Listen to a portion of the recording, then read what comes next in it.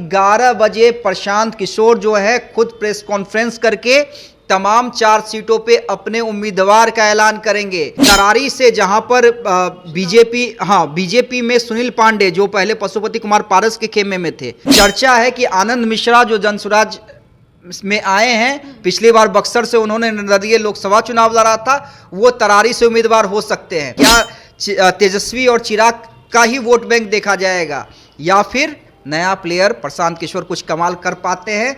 इमामगंज से जो खबरें आ रही हैं कि जीतन राम मांझी अपने ही परिवार के किसी सदस्य को टिकट देंगे। महाराष्ट्र में एक ही फेज में एक ही दिन पूरा विधानसभा चुनाव होगा। नमस्कार, आप देख रहे हैं देशवा न्यूज, आपके साथ मैं हूं राजनंदनी।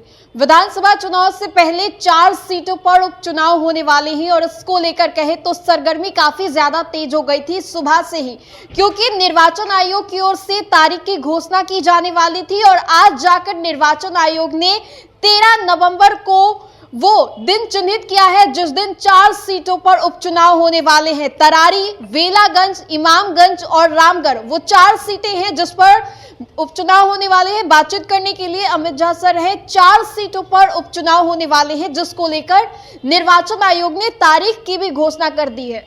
जी निश्चित रूप से देखिए, आज चुनाव आयोग की पीसी पे तमाम लोगों की नज़र थी। आपने भी सुबह खबर किया था कि आज चुनाव की तारीखों का ऐलान हो जाएगा। और देखिए, बिहार की 4 सीटों पे जो उपचुनाव होने हैं, उसके अलावा महाराष्ट्र में जो विधानसभा चुनाव होना है, झारखंड में जो विधानसभा चुनाव होना है, यूपी की कुछ सीटों पे उपचुनाव होने हैं, वायनाड की सीट पे उपचुनाव होना था। तो तमाम सीटों पे जो चुनाव की तारीख है उसका ऐलान कर दिया गया है। और सबसे इम्पोर्टेंट जो है, तमाम इलेक्शन अलग अलग हैं। इलेक्शन जिस दिन होंगे, जिस दिन वोटिंग होगी, उसकी तारीखें अलग अलग हैं, लेकिन जिस दिन इलेक्शन रिजल्ट आएगा वो तारीख 23 तारीख है। 23 नवंबर को तमाम जो सीटों पे चुनाव या विधानसभा चुनाव या उपचुनाव होने हैं, तमाम सीटों के रिजल्ट जो है 23 नवंबर को आएंगे। अब बात कर ले बिहार की। पहले हम बता दें कि महाराष्ट्र में एक ही फेज में एक ही दिन पूरा विधानसभा चुनाव होगा। ये काफ़ी बड़ी पहल है, क्योंकि देखिए सीटें जो हैं वो बिहार से भी ज़्यादा है महाराष्ट्र में। बिहार में जहाँ पर चुनाव में हमने देखा है कि 6 से 7 चरण लग जाते हैं, वहाँ पे सिंगल डे में महाराष्ट्र की तमाम सीटों पर चुनाव आयोग इस बार चुनाव करवाएगी। तो बहुत बड़ी पहल है सुरक्षा के दृष्टिकोण से, तैयारियों को लेकर महाराष्ट्र में। और देखना होगा कि चुनाव आयोग ने अगर घोषणा की है तो तमाम तैयारियों को देखते हुए घोषणा की होगी, लेकिन कैसे मुकम्मल करवा पाती है एक ही दिन में महाराष्ट्र में पूरा इलेक्शन। झारखंड में की 81 सीटों पे 2 दिन में चुनाव होंगे, महज 2 दिन में। ये भी काफ़ी इंटरेस्टिंग है। और देखिए 13 नवंबर को बिहार में जो 4 उपचुनाव हैं, 4 सीटें हैं, जैसा कि आपने बताया, तरारी है, इमामगंज है, रामगढ़ है, बेलागंज है। तो तमाम 4 सीटों पे चुनाव होंगे। और देखिए सबसे इंटरेस्टिंग क्या है, इस बार ना सिर्फ एनडीए और महागठबंधन की लड़ाई होनी है राजनंदनी, इस बार नए प्लेयर भी उतर रहे हैं, प्रशांत किशोर। और प्रशांत किशोर ने कल का दिन भी तय कर दिया। हम दर्शकों को ये भी बता दें कि कल 11 बजे प्रशांत किशोर जो है खुद प्रेस कॉन्फ्रेंस करके तमाम 4 सीटों पे अपने उम्मीदवार का ऐलान करेंगे। तो देखना काफ़ी इंटरेस्टिंग रहेगा कि किस तरह के उम्मीदवार लाते हैं, क्योंकि पहली परीक्षा होनी है प्रशांत किशोर को। उन्होंने कहा है कि 25 से पहले 24 में ही इन लोगों को निपटा देते हैं। तो प्रशांत किशोर किस अपने खिलाड़ियों को मैदान में उतारेंगे? इमामगंज सीट को लेकर प्रशांत किशोर की भी वहां पर निगाहें टिकी हुई है। गया से अगर बातें करें तो हम पार्टी के संरक्षक जीतन राम मांझी ने भी लगातार बयान दे रहे हैं। वो क्या लग रहा है, असली मुकाबला जो इमामगंज में है वो जीतन राम मांझी के बीच में होने वाला है या फिर प्रशांत किशोर?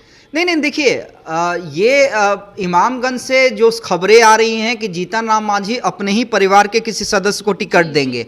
अब जनसुराज से किसे मौका देते हैं प्रशांत किशोर? ना सिर्फ इमामगंज की आप बात करें, तरारी से जहां पर बीजेपी में सुनील पांडे जो पहले पशुपति कुमार पारस के खेमे में थे, उन्होंने बीजेपी ज्वाइन किया है और अपने बेटे के साथ ज्वाइन किया है। अब देखना भी ये भी दिलचस्प है कि बीजेपी से कौन, सुनील पांडे या उनके बेटे को टिकट देती है। और जनसुराज से कौन? जनसुराज से कौन? आनंद मिश्रा, जिनका इंटरव्यू आपने लिया था। चर्चा है कि आनंद मिश्रा जो जनसुराज में आए हैं, पिछली बार बक्सर से उन्होंने निर्दलीय लोकसभा चुनाव लड़ा था, वो तरारी से उम्मीदवार हो सकते हैं। हालांकि कल प्रशांत किशोर को घोषणा करनी है। तो अब जो है ना, अब इंटरेस्टिंग लड़ाई होगी। एक तरफ तेजस्वी यादव उनके साथ कांग्रेस, उनके साथ मुकेश सहनी, उनके साथ लेफ्ट की पार्टियां, और एक तरफ नीतीश कुमार, उनके साथ बीजेपी, उनके साथ चिराग पासवान, उनके साथ जीतन राम मांझी, और पशुपति पारस भी तो धीरे धीरे कदम बढ़ाएंगे ही। लेकिन अब तीसरे प्लेयर की एंट्री, प्रशांत किशोर, तो दो के बीच ही मुकाबला होगा। क्या तेजस्वी चाचा भतीजे के बीच ही मुकाबला होगा? क्या तेजस्वी और चिराग का ही वोट बैंक देखा जाएगा, या फिर नया प्लेयर प्रशांत किशोर कुछ कमाल कर पाते हैं?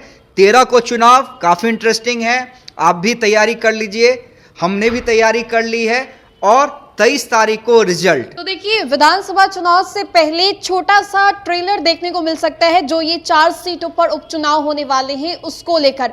ऐसे में राजनीतिक दल जितने भी हैं अपनी अपनी कमर कस ली है, और ऐसे में प्रशांत किशोर भी उपचुनाव में तैयारी को दिखाने वाले हैं। तो मुकाबले में पहले ही से एनडीए और इंडिया गठबंधन है, और मुकाबले को और लेवल अप करने के लिए प्रशांत किशोर अपने उम्मीदवार को इन 4 सीटों पर उतारने वाले हैं। फिलहाल इस अपडेट्स में इतना ही, हम दोबारा जुड़ेंगे। अभी के लिए हमें दे इजाजत, बने रहे हमारे साथ और देखते रहे देशवा न्यूज़। धन्यवाद।